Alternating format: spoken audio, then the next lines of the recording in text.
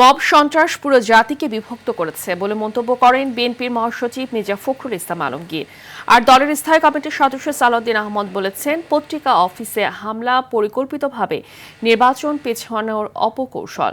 হামলা ঠেকাতে সরকারের নির্লিপ্ততার কঠোর সমালোচনা করেন তিনি। রুদ্র রফিকের রিপোর্ট। ইনকিলাব মঞ্চের মুখপাত্র ওসমান হাদির মৃত্যুর ঘটনায় রাজধানীতে গণমাধ্যম অফিস সহ ছায়ানটে ভাঙচুর ও অগ্নিসংযোগের তীব্র নিন্দা জানিয়েছে বিএনপি।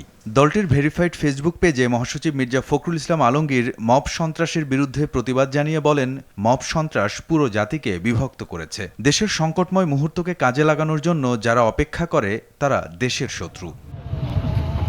এদিকে দলের ভারপ্রাপ্ত চেয়ারম্যান তারেক রহমানের দেশে আসা উপলক্ষে বিমানবন্দর থেকে সমাবেশ স্থল পরিদর্শন করেন অভ্যর্থনা কমিটির আহ্বায়ক সালাউদ্দিন আহমদ সহ কেন্দ্রীয় নেতারা। এর আগে গুলশানে সালাউদ্দিন আহমদ বলেন, নির্বাচনকে বাধাগ্রস্ত করার অপচেষ্টা চলছে।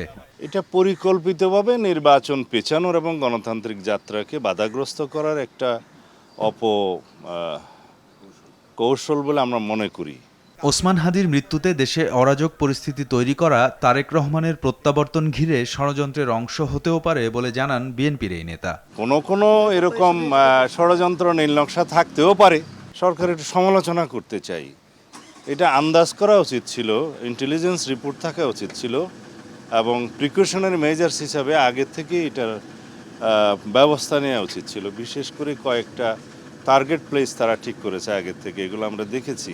অন্যদিকে ওসমান হাদির হত্যাকারীদের গ্রেপ্তারের দাবিতে স্বরাষ্ট্র উপদেষ্টার কাছে স্মারকলিপি প্রদান করে ছাত্রদল সভাপতি বলেন, গণতান্ত্রিক অগ্রযাত্রাকে নস্যাৎ করতে এই হত্যাকাণ্ড।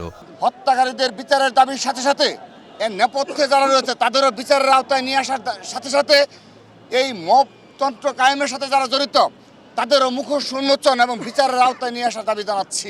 এছাড়াও হাদির হত্যাকারীদের গ্রেপ্তার ও দৃষ্টান্তমূলক শাস্তির দাবিতে প্রধান উপদেষ্টার বাসভবন যমুনার সামনে বিক্ষোভ করে ঢাকা মহানগর উত্তর ছাত্রদল। রুদ্র রফিক, RTV, ঢাকা।